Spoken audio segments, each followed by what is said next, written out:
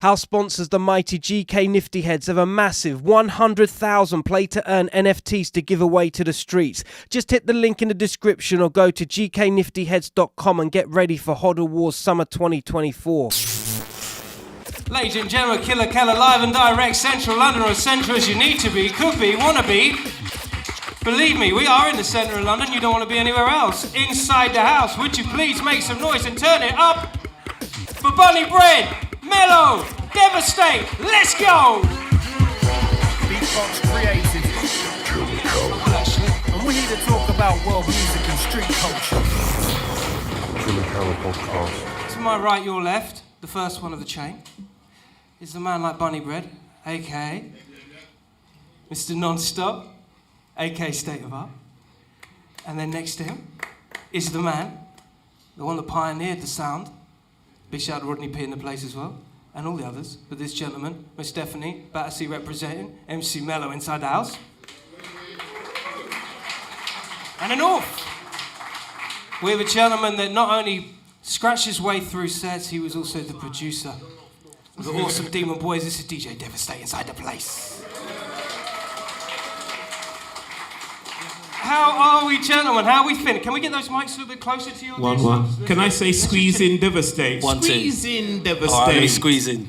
There we go. Get it all in. There we go. It's like an IKEA opening in here. One. So let us begin, gentlemen. And some of your compadres at the back will most definitely remember these golden days. But for all of us that perhaps weren't there at Covent Garden or Charing Cross, tell us exactly what it was like back in the early days when hip-hop landed like a virus in the UK and global. And of course we've got the DJ, we've got the MC, and we've got the writer, so we've got all different perspectives here. Let's start with yourself, Bunny B. Why?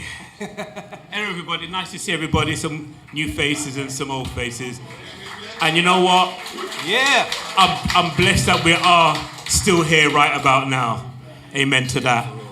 Oi, all right, if I can go back a bit. Take it right back, I will forget nothing, so some people in there will be able to aid me here. My first kind of understanding of the culture was a friend of mine called Yankee, Paul Hibbert, who, not that beatbox Yankee, it's a different Yankee.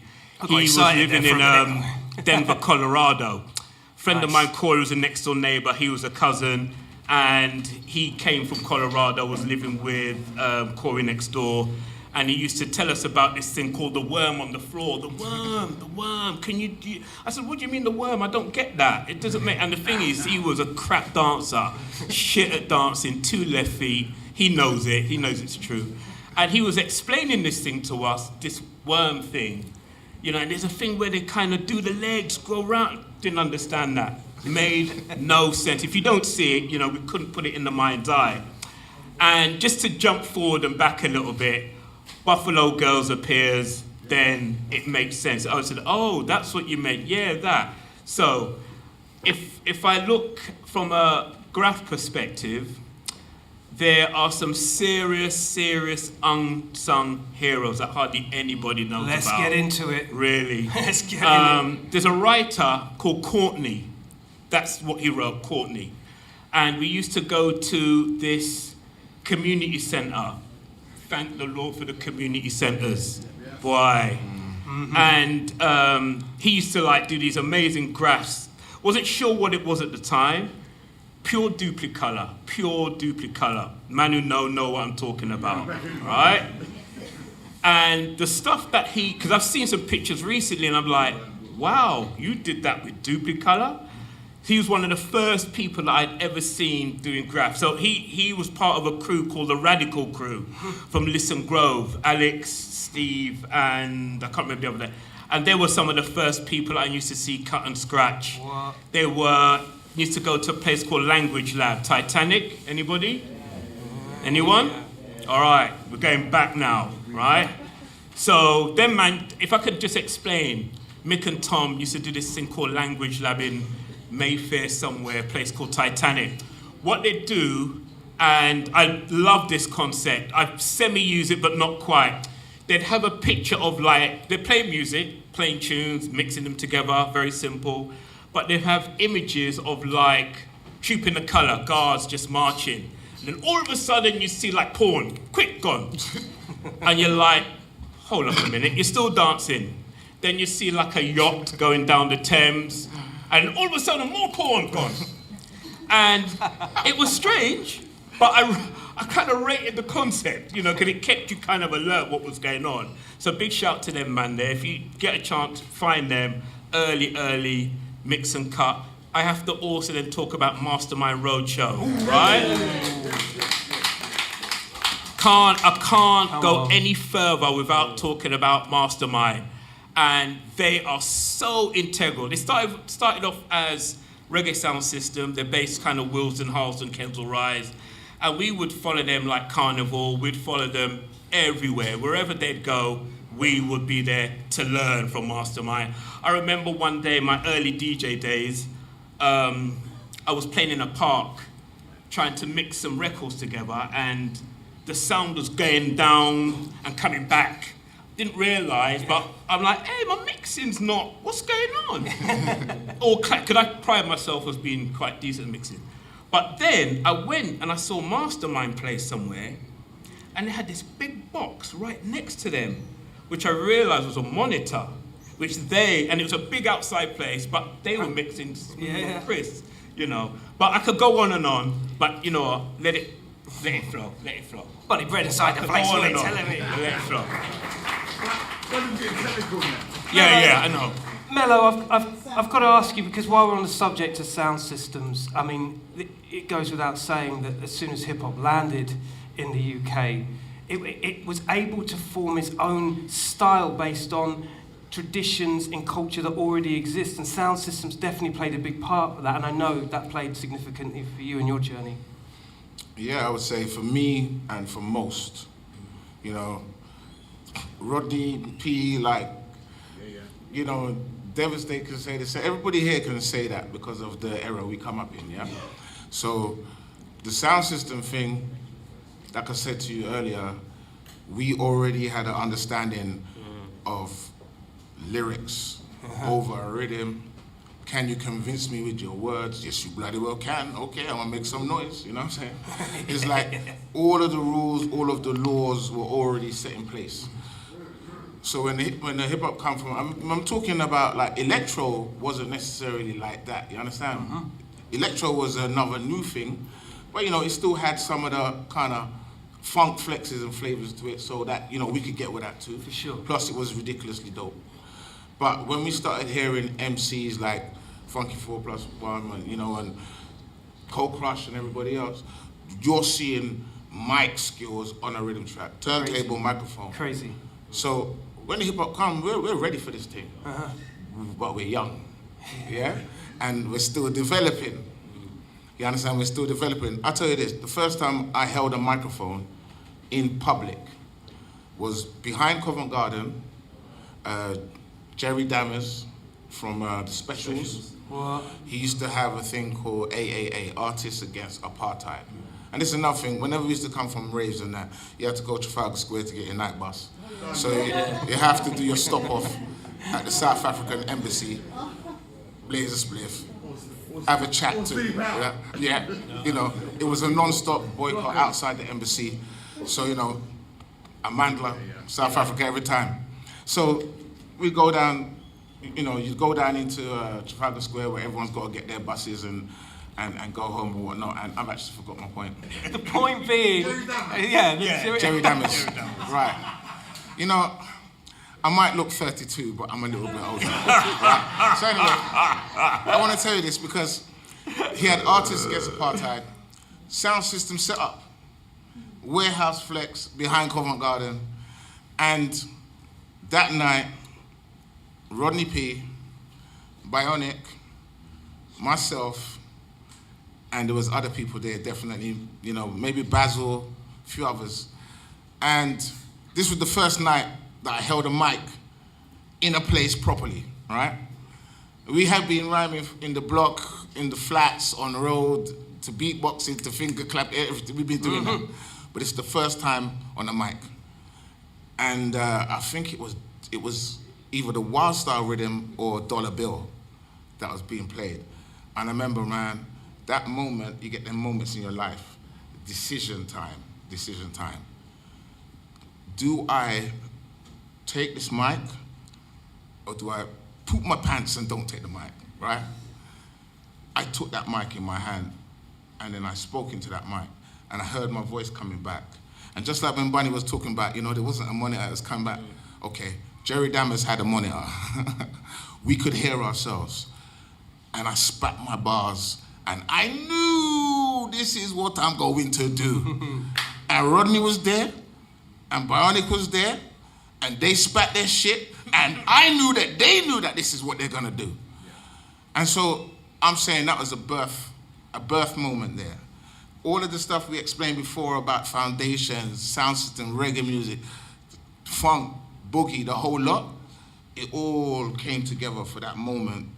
Yeah, it was all residing in us for that moment. Boom, it came out and confirmed us in what we know we can do and what we're about. So that same thing applies to everybody. The first time someone decided to jump in the circle and pop, lock, break. The first time someone decided they're gonna let someone hear them cutting up. The first time someone decided they're gonna risk going to a yard where they can get arrested, they're gonna spray a train or they're gonna spray a wall. Everyone had their birth. Hip hop is talking about birth. To me, it's also talking about renewal, because every time you deal with your art form, you're kind of born again. It's fresh again. You see me? And so one of the things that I look at is how hip hop culture can be just that same attitude. If we apply that to anything in our life, you understand, we're winning. I think I just have to add that. Can I just chime in on the sound system culture? Okay, so for me, let's just talking about sound system culture. Like in 1985, I was into Saxon, Coxsone, Unity, and Jam Down Rockers. Excuse me. So we used to exchange sound tapes in school, and I just fell in love with people like Papa Levi, Daddy Colonel, Rusty, and Sandy. So because they were chatting in Jamaican, but they were like doing it in Cockney as well. Yeah. So when it came to our time to kind of get into the UK hip hop stuff, and people like London Posse and Mello, they were kind of chatting like that, so it kind of resonated with me. So in terms of the sound system culture, I learned how to DJ as a sound man in blues dances. I did my chops in like back in the day when we used to break into houses and we used to put like bin liners on the windows and there was sweat coming on the, coming through the window. So that's where I kind of learned how to kind of DJ. So I'm from a reggae background, but the hip hop bug really bit me when I went to New York in 1985 with my friend Terry. We always say that we went to America with Saxon tapes and we came out with Dougie Fresh, Lisa. Like, we had like the Puma trainers, the Cosla Tigra. So yeah, that's where my kind of like journey from hip hop, how I kind of got into hip hop. It's incredible. The technology of its day was limited. The idea of doing or replicating what was going on the radio or in clubs, or when you seldomly get a chance to watch it on TV. Like, how did you guys pick up the materials that existed? Because all three of you are in different lanes here, so this will come with some different answers, I'm sure. Devastate. In terms of the material, I mean, I was fortunate because my brother is about 6 years older than me. So he was collecting funk, boogie, jazz, or what we now called rare groove. And we also had access to my dad's record, ska, old-style reggae. So we had samples. And I had a good ear for music because I suppose when you've got a brother that's 6 years older than you, and then, your friends don't have that, I was kind of ahead of the curve. So when it came for us to start making music, I had a really good ear. Then I think it was in 1987, we got our first MPC. So, and I wouldn't say this in front of everybody, I'm going to say it now, but I had my MPC before DJ Premier, man. So, you know what I mean? So we had our So, no, seriously, I had my MPC early, MPC 60, and I really mastered that. I did a lot of chops, a lot of programming on it. Then, so I suppose before that we were doing like tape-to-tape stuff, but then when I got the sampler, I really came into my own. The game changer. Mello? Yeah, man. First of all, big up DJ Premier, much love to him. Now, see the album Thoughts released, right? That album was made using an 808 and a 909. That was it. Most of the music, this is due to Sparky. Sparky is a genius. Why is Sparky called Sparky? Because he's an electrician. Just in case people didn't know. I didn't know for years. And I asked him one day, why you call Sparky? He goes, I'm a Sparky, I'm an electrician. That's what I'm training at, because I'm a Sparky. I was like, ah. Anyway, that's what Sparky had. And emulator, a keyboard. And the whole album was made from that. Wow. I mean, Sparky's a genius. It's like, it's about what can you do with the most minimal things you have. Yes. Well, you remind yourself every day you're a creator.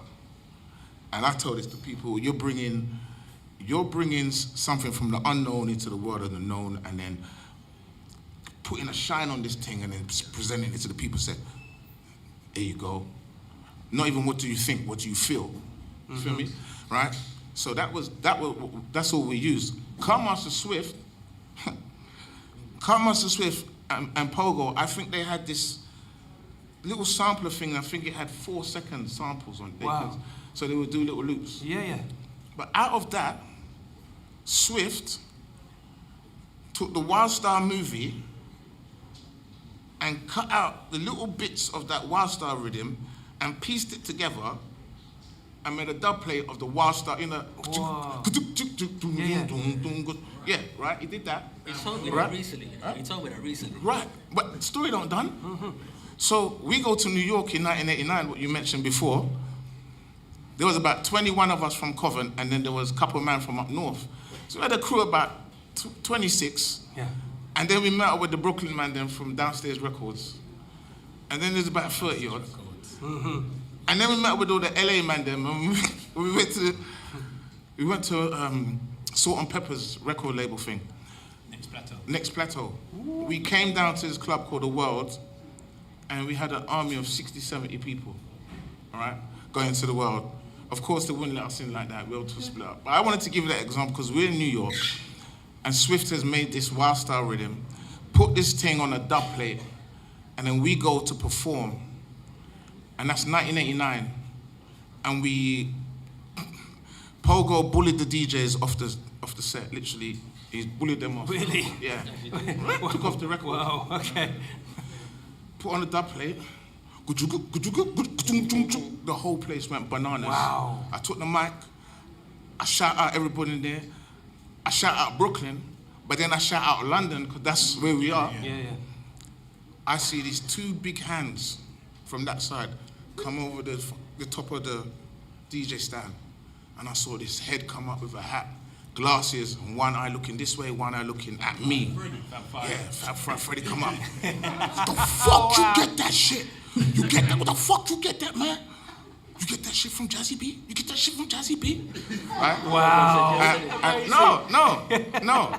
Pogo said, nah, man. I think he said, we got it from some obscure shop in Brighton. Right? And he was like, and then you see his head shrink back down, right? And I was like, yeah, big up Fab Freddy. Lyrics, and we toasted that place, yeah? Okay, Muggs from Cypress Hill, you know what I remember about Muggs? Go on. Muggs was, the bar, yeah, where you serve the drinks. Muggs was on the bar, hitting the bottles on the, this is how people were going mad. So I'm telling this story just because, again, we had minimal things. Swift had that 4 seconds, and he made a dub plate that tore the whole place to pieces. With restriction comes creativity, each and every time. There you go. Necessity is the mother of invention, right? Yeah, for sure. It is. And Bunny, from a creative point, the restrictions that did lead to creativity. I mean, for Graff, I mean, you know, you were fairly limited at the time. I mean, it was an art trying to find your caps, let alone. Yeah. Look, I'm just gonna go straight in. We were little thieves, right? I'm just gonna go straight in. You MCs and producers, you were good. No, we were thieves as well. Without us teeth in spray cans, we were I always say two things were crucial to us. Racking and style. Those two things. Because you can't get up without racking paint. And if you ain't got style, you'll be told about it. Yeah. Instantly. You'll be wiped out of existence. Yeah. You know, straight away. In our generation anyway. I know it's a little bit pally now. Right? People are nice. Oh, that's a nice tag. Oh, that's some nice 3D. And I love the character. In my time, we will tell you that's fucking shit. Yeah. Your crew's shit, and we'll burn you any day of the week. Max, where you there? Matt Kane, you there? Right. You know it. We'll tell man about themselves. All right? So, in our day, we had like the cheapest, worst paint you could possibly think of. One nozzle, car plan and duplicolor. We had a few as time went on, right? But let me tell you, with that little can like that, you had to know your king craft. You had to know your craft. All respect to the writers now. You've got brands with like, overall, you've probably got about 600 colors, right? True that. To do skin tones, now you've got about 15 shades of brown, you know? And now for us, then there was Sahara beige and a dark brown and an off-white. So that was it to make a black man, an Indian man, and a white man in 3 tones. Right? So listen.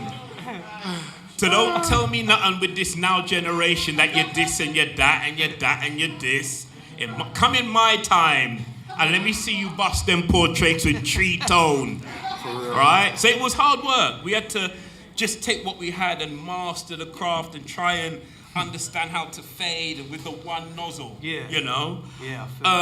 For me, I was DJing and graphing at the same time, hand in hand. I tried breakdancing at the local community centre. I proper did that on my neck when I tried to do a head spin. Never again. Yeah. You know? So all you B-boys and B-girls, much praise, much praise. respect to you, because I'm afraid I broke my neck, so I never did it again. What's interesting, if I can tell you this micro story. So I used to write State of Art in a crew called Nonstop. And how the name came about was, in the early 80s, I was a massive fan of hi-fi equipment. I loved hi-fi equipment. Nakamichi, Pioneer, A&R, you name it, I loved it. So there used to be these magazines, Hi-Fi Weekly, Hi-Fi Monthly, Oh, yeah. and you used to buy the whole lot. Yeah. There's tons of them under my bed. When I used to go through them, there was always this term, the state-of-the-art new turntable, you know, state-of-the-art cassette deck, state of the, you know, and I used to love that term, state of the art. And I was like, you know what? I can use that for me. State of art. You know, the new, the latest, the greatest, the freshest, the newest technology and art. You know, that was the emphasis behind the name. So I just merged the two, my love for hi-fi equipment and DJing and to graph as well. You know, so yeah, that's my kind of, like I said, we use the crappiest paint you could comprehend. And there was a brand called Car Plan. Man know about Car Plan? That's right. Runny that's yellow. right, Drax. And there was a yellow that we used to just call orange juice yellow, because it was like, you remember Tip Top, the orange juice, you dilute it with water. It was like that. So, all you writers now, come, roll with us.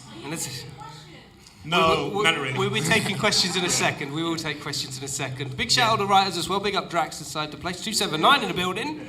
And all their crew inside the house. And so my next music. I just want to ask Yeah, you, please right? do. Bunny, can you, like, I remember Chrome Angels, obviously, right? And like, could you tell us remind us of some of those crews, the writers? Listen, I'm gonna go straight in, hold no bars like wrestlers. Respect to Chrome Angels. Respect to them, all right? But let me tell you, see them man from South? We fucking hate it. We hate it. Let me tell you this. It's not as glamorous and nicey-nicey as you think it was. In my time, man was like, don't fucking come in my area and paint. I remember one time, big up to London Giants, and I say that, yeah. Anyway, because them man were from South, right? It's getting nice and spicy in here, isn't it? Them man were from South. It's getting right? juicy now.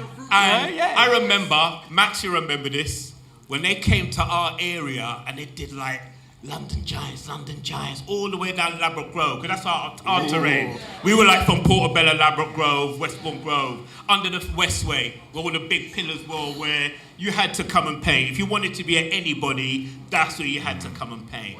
And one night I got up and I saw London Giants, like, come down here writing on our things. And we took it serious, like that was our wars, like mine, like I paid for it. It was real, So if I could quickly say, I spent a lot of time in Covent Garden, but I wanted to spend even more time down in Grove where we could paint and execute and rule, and because in them days it was real. Man used to get robbed. Man used to get tucked in. Man used to come from far and get their cameras and shoes and trade money taken from them. It wasn't a joke. So I know there's a nice side of it, but if you want me to stop talking, I will. No, I mean, what's interesting is the times, things like the robberies, the behaviour, the nuances, the social behaviour, political. Explain a bit more, Devastate, of what it was like in London at the time that made London hip-hop flourish in the way it did. Yeah, it's a good question. I think what made London hip-hop the way it was for us, you know, the black kids, first generation, parents came over from the Caribbean, so we had that influence. We couldn't, I mean, looking back, I was trying to make hip-hop that sounded like New York hip-hop, but I just couldn't, looking back, because I'm not from New York. I couldn't even deny the reggae influence if I wanted to. And that was ironically what people liked, but I was really trying to make some boo-bap from New York City. Gotcha. So, yeah, so I suppose the influence was definitely there in terms of... Sorry, the original question? What was the environment like that spawned UK hip-hop? Okay, so if you think back to the 1980s, you got Maggie Thatcher. You know, she was on everybody's necks. But I'll say the good thing about the 80s was that we had youth clubs. So we had an outlet, and for me, being a DJ, there was always turntables somewhere.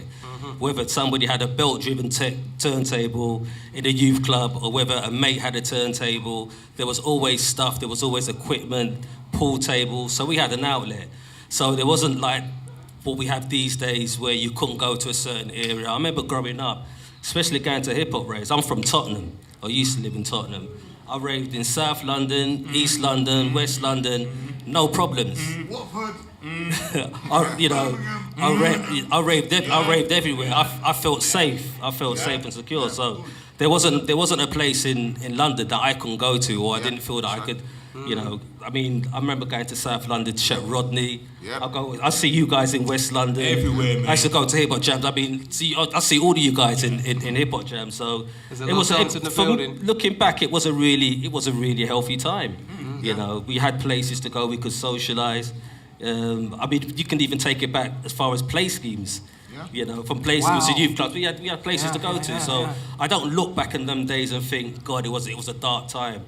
You know, none of my friends got stabbed or robbed or anything like that, and we weren't bad men. You understand? So it was a nice time. We were poor, but it was a nice time. You know, I like to just want to add something to that. Just to what everyone said. Like, remember, there weren't all the technology, all right? There was no social media, there was no mobile phones. Even in the early stages of the 80s, there weren't even pages. They came a bit later. So you had to, but yet, everyone knew everyone. And you knew everyone properly. Like, you go to each other's houses, or like each other's estate, right? You knew each other, you socialized, you hung out together, and like we were saying in the earlier thing, like, if you're gonna be meeting somewhere, you gotta arrange that thing before, because you can only phone a house or a phone box, right? So because of that, everybody was hand to hand, face to face, with each other. And the BNP did a very good job of uniting us as well. You understand? And yeah. So with all of the bad stuff that was going on, and we were young, we had each other, and all that bad stuff, we could turn that energy into our art form. Yeah, that's right. And also, hip hop was rebel music too. It was our lick back. It was our busting shots back. That's really important, because I look at it now and it's like, I think everyone is so much more remote. I could go to Tottenham. I used to go Hackney on the regular. I had to take whole heap of trains to go to this man's yard, Danny. Right? I could go anywhere. I learned how to body pop and all that stuff from Mastermind Roadshow, down at Mobley, down at Ladbroke Grove. Mastermind themselves with my teachers from the very beginning. Mobley? I used to go there all the time. Every Thursday, I get the 295 from Battersea. Right? Big. Wow. Listen, Ladbroke Grove, I love Ladbroke Grove. Always have could go all over London. Then hip hop and the music took us to Birmingham, Manchester, Sheffield. You go on all days. Banging. I don't know if those things are happening. And it weren't dangerous. Okay, at the end of the night, everybody is gonna have fisticuffs with each city, right? But nobody got stabbed or things like that.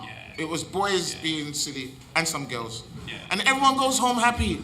So, that was important. That was important. I don't know if young people are gonna have that again. Plus there was parties, there was jams, there was shebeen. You didn't have to get, you can take up the carpet in your yard, take out the furniture, bring in some speaker boxes and have a party, and it weren't illegal kind of thing. That's right. So, yeah. Golden eras, man. Bunny, anything to add? Can I just big up Nutriment? Ah, yes. All right. Absolutely. Founding father. If man don't know who Nutriment is and his rock box nights, Foundation. please, I beg, find out. Man had the wickedest hip hop jams you could Absolutely. ever think of. Legend. Early A's. Please look up Nutriment. Yeah. I've spoken in the book. Is that? I'll say this. I don't know if anybody else felt like this, but when I first immersed into hip hop culture and was painting and stuff, I thought I was gonna be there forever. I don't know, but for me, I thought I'm gonna be doing this exact same thing forever. I'm gonna be 16, 17 years old for the rest of my life. Nothing else matters as much. And those parents, them people called parents, I don't know about that. Well, that's me now. But on a real note, I think it was like you say, Mello. It definitely pulled us together. Yeah. I'm gonna say, I have friends now, good bona fide friends, Lifelong friends. who are here now. They're all in the building. Make some noise. Yeah, and Asian brothers. White brothers, black brothers, and then my brethren's right till now in my late 50s. And hip hop did that. Yes. Amazing. That's Absolutely. what hip hop did right Absolutely. now. Absolutely. That kept me, that brought me lifetime brethrens. Absolutely. Lifetime.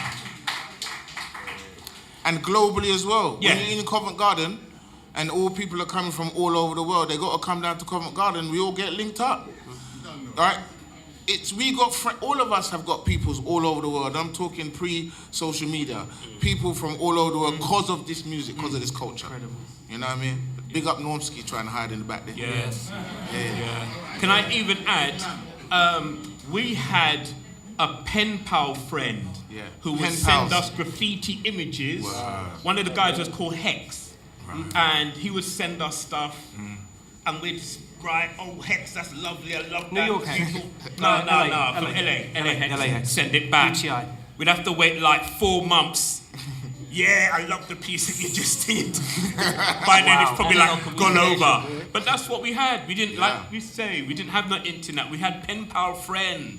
That's what we had. Man across the water, send me a picture, I'll send you one too. Pre-email. There you go, Yeah. see? At this point, we've got 5 minutes left on the clock. I would like to open it out to the audience. If anyone has any questions, do not be shy, do not be afraid. If you had something backing up in your head and you want to let it out right now, please let us know. First one, anybody? Let's go. Yeah, all right, cool. Oh, sorry. Go on. My first question. First of all, thank you all very much for starting this craft in London. The hip-hop element. I contributed to the craft. And everything there that was a struggle to make it what it is today. That's the first thing. The second thing is, once you got your skills up to that level, who did you pass it on to?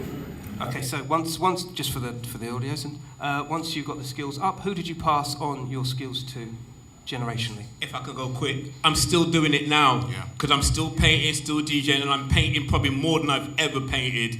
And there's people, youngsters that I paint with, and I pass it on to them before I kick the bucket and say, look, learn this, it's the little that I know, have it, run with it. Mm-hmm. Yeah, we there's a lot of guys and girls a little bit younger than us that they're with us. So Sparky's teaching them programming.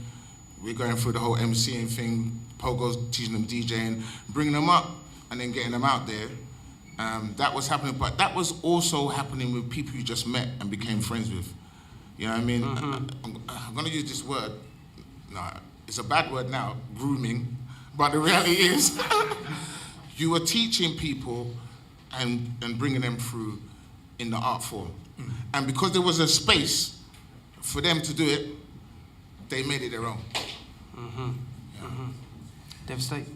For me, nobody was interested, to be honest with you. I tell you why, because most of the people that I knew, they wanted a rave.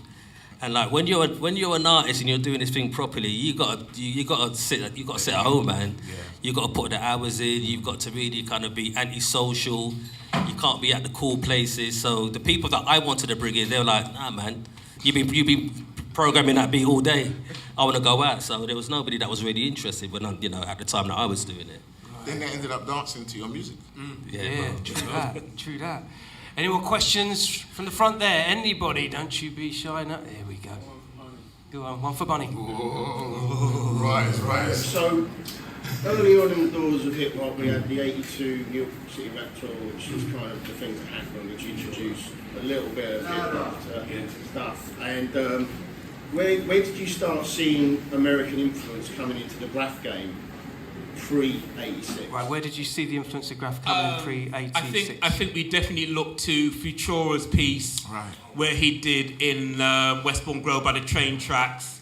Futura drops a tag there, and I'm living at the bottom end of South Kilburn. Futura's there, and he does a tag, Don D, Fab 5 Freddy, Futura, high up on this wall. And then if you go by Balbury Road, part of Ladbroke Grove, he's doing it on corrugated iron. Remember the last time you ever see a corrugated iron? And you see like Futura tags, and then like some of them are upside down. So he's coming here with the Clash, and we're sort of seeing that. And even the first stuff by Crew, scamming them, seeing their stuff. And the guy mentioned it earlier, Courtney, seeing their influences. Yeah. Awesome. Yeah, Riverside with Lee. Yeah, I remember going to that. I think I had a little argument with Mo there. Wow. Was that when he was called RTs? Yeah, when he was called RTs. Yeah, I think I had an argument with him. I like Mo. I love Mo. Yeah, I went to argue with him that night. You know what the thing was? The two kind of intellectual, philosophical kind of brothers that I used to like to sit down on the cobbles with and chat with and listen to was you and Modi. Was I intellectual then? Yes, brother. When you used to talk about Public Enemy, brother, Bunny, you not intellectual. Right. I'm hearing bursts, and you are still liberated. Right. Bunny, brother, you've always been a deep brother, man. Always. And I used to love that. Love that. Nice. You know what I mean? Nice. Got to say that. Thank you. Respect. When did Brim come over? 85. Okay. Yeah. I still got my Brim t-shirt. Still? Yeah. Because he did a piece on Martin Kilburn Road where I live. Yeah, it said Brim. Then this girl did a thing called Fish, and then I did something, and then the next guy, Shades, did a piece. Can I just interject there when you talked about the t-shirt? What is it with you guys and hoarding like mad stuff? Start.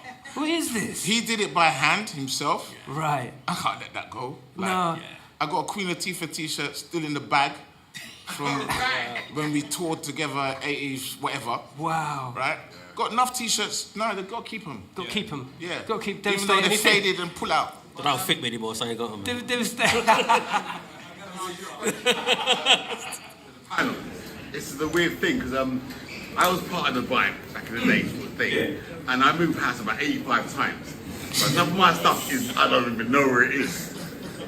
And you guys have managed to keep the things, and that is part of the thing that we have to keep for our hip hop. Because otherwise, what could happen? This is my opinion. Would be replaced and then.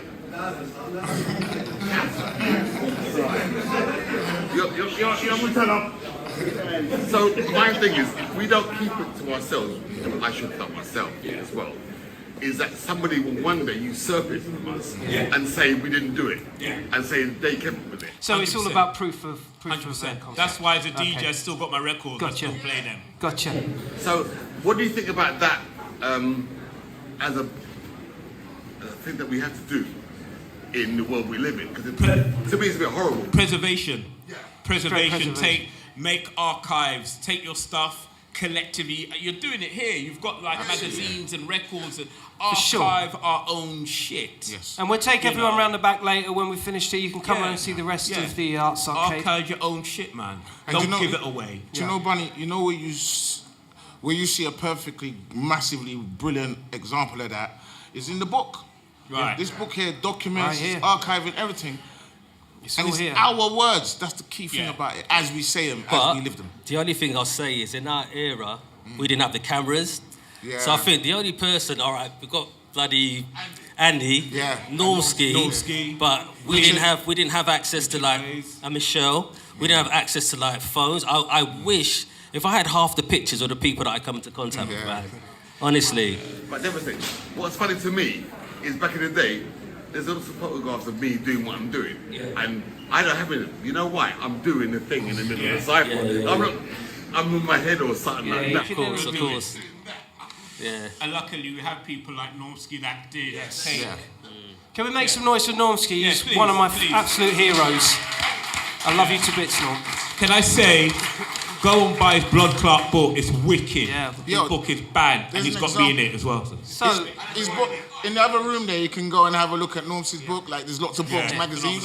You have to go and check that out. one more question from the crowd. You my dear. Thank you. I'm going to try and put 3 questions in one. Okay. I work in like culture and arts, and like, I don't know if I'm ADHD or something or blah blah blah. But basically, my question is, I'm born in the 90s, so you guys were in the scene, like, so you saw how it affected the culture and like how it changed the world, and you're part of it. So I want to know, like, as artists and creatives, what difference do you think art makes now? And how do you translate that from someone who's creative to someone who's not creative? What's the difference between art and I'm just past going art to and keep now? this real simple. There's a phrase that I always run with. It's not who creates it, but who controls it. All right? Think on that. It's not about who creates it, who controls it. So that's for us to control the shit that we create. Because if not, somebody else takes it and robs us out and puts another face and another t-shirt on that.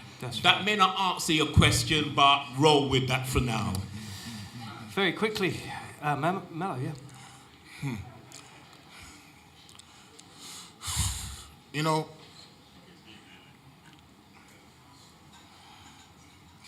when we were doing what we was doing, 80s and 90s, everyone's social situation was different, our economic situation was different, and how we lived was a bit different.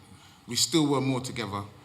I think what's happened now is that a lot of artists can become artists selling records or selling, getting their stuff out there, getting it heard. But they can develop at home by themselves and get to a level where they're brilliant, kind of thing. For many of us, we got to the level we got to not by staying home, but by like being amongst other people who were directly influencing us. And we were directly in the mix of the political, social, cultural thing that's going on around us. And our parents' generation, and maybe our elder siblings' generation, might have come from Africa or come from the Caribbean. You understand what I'm saying? So it's another generation. Generation X is a different generation. You know what I mean? How can people do that now? I think what you're saying. How does that translate now for people now? I think all the same things apply. The belief in yourself, authenticity, the hard work, the perfecting your craft, perfecting your skill. One of the big differences now, you don't need a publisher, you don't need a promoter, you don't need a record label, you don't need any of that. And you don't need to pay thousands and thousands of pounds studio time to use it to make a record. So now it's easier. Plus they're exposed to so much different types of music. And like with the advent of AI, I'm hearing some wicked AI tunes. Yeah. Have you heard I got 5 on it? Like, so if people are gonna use that as a tool, it's what we come with as humans and we use what tools are there, but we don't know what we can make, you know what I mean? I think the things are still the same. Human beings have to utilize what we have. You have to have a vision and you go for it. Even if that is about fun and partying. And lastly, Devastate, question to you. I think it's an amazing time to be an artist, you know, because like what you say, you don't need a machine, you know, you don't need anything. You just need your laptop and you need to have the balls to do it. I wish that we had the tools that are around now. We'd be bloody millionaires, I'll tell you that. So I would say go forth with your art. But the only thing I'll say about these days is that there's a lot of clones. I think so many trends, people want to, you know, be the next hot thing, so everybody's doing the same thing. So I think that's the downside of these days. So my advice to any artist, just stay in your lane, man, and stay in your lane and just stick to what you want to do, man. Yeah. Brilliant. What does that address your question? What a Jerry Springer sign-off. Nice. And thank you, everybody, for throwing the questions out there. So, the book is Original London Style. You can get it online. You can have a look in the Street Culture Library. Would you please make some noise for Bunny Bread, Mellow, and Devastate?